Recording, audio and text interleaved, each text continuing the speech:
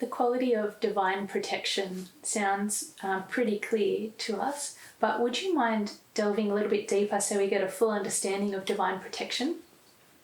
The divine protection is basically the protection from the source, like that force that's constantly overlooking us and caring for us, 24 hours a day, preventing our problems in life, like preventing, giving you strength to handle challenges in life hitting you, and protecting you from negative energies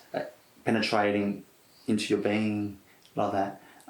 and overall just look after your overall well-being in every way, in spiritual, emotional, physical. It's just that protection.